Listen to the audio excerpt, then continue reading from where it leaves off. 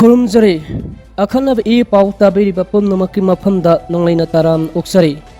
अहानबा पाव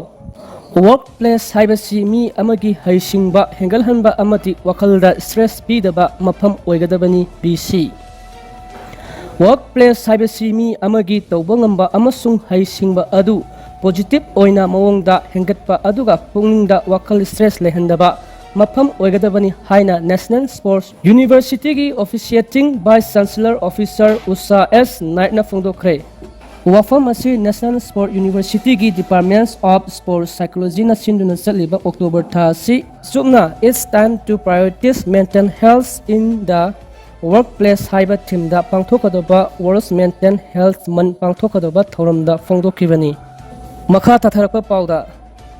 anti-rabies vaccination programme पांथोखरे United Committee Manipur UCM अवांग सेंगमाई यूनिटना सिंधुना ngasi Sengmai Koujenglema ground anti-rabies vaccination programme पांथोखरे लोइनना उबदा याम नुंगाइतबा अमना हौजे हौजे मोरेदा लैबा मेटेगी युम मयाम सिंग असिना युम्बु अखोइबु लानिंगबगुमना खलंगनी खलुबदा लांजिंगरपा इनमेस सिंग अमदि इसामु यावना यामना थमोइ सोपा हाइबदु ओइरे मरम असिना लैबिरिबा मियाम सिंगना इनमेस सिंगबु नुंसीना लोइनाबियु लोइसु लोइनाबिरि मखाताना सुलोइनाबिको हाइना इननेट अमा ओइना इसामगना मियामगी मफमदा हाइजरी मखाताबा पाव कुमजा लिसिंग अनिगा कुनिफानगी डिसेंबर फावबा मियामदा मखाताना सिंग पीबगी अयाबा मुदी लेंगांगना पीख्रे लेबाक असिना हौजिक चनरिबा मौंग असिदा चलिबा कुमजा असिदा जुलाई की कुमजा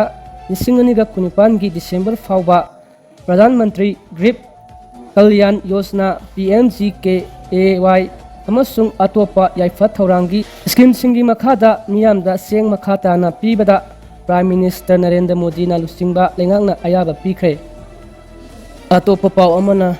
बोतल amotpa Khomjinbada Warabasu Selga Onnaba Mitkupta Awaba Pumba Mangkhi SUNITA मियामना सिजनबा लोरबा मतुंगदा मफम सादना हुंदोलंबा बोतल सिंग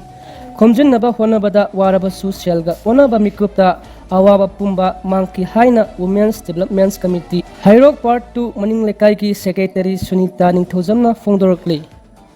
मखा ताथरफा पाउदा NPP की स्टेट एजुकेटिव मिफमदा MLA सिंग यावखिद्रे मणिपुर लेंगाक पाइबदा यावरिबा नेशनल पीपल पार्टी NPP